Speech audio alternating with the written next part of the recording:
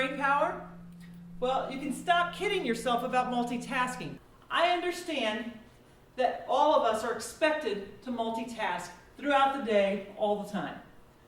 But the reality is we're not multitasking. It's a misnomer. We use that term loosely. And we're doing something very, very close to that, or we wouldn't continue to use the word.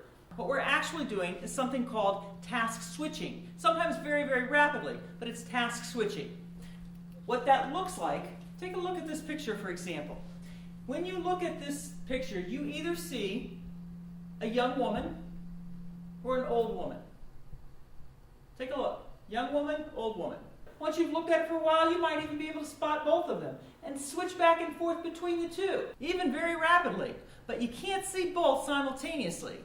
It's the same with multitasking. That's what your brain does. If you were to look at an MRI of our brain holding two different tasks at the same time, what you would see is one task over here, but the biggest amount of brain power would be up here in the prefrontal cortex. The biggest amount of brain power is utilized switching back and forth between the two.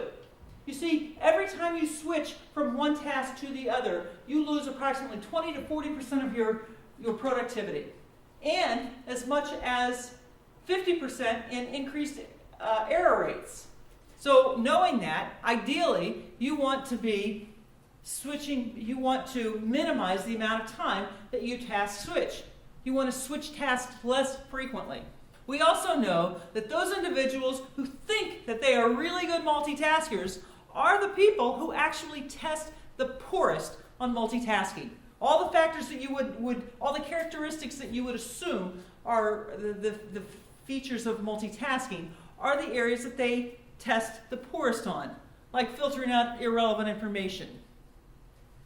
So we deceive ourselves constantly on multitasking.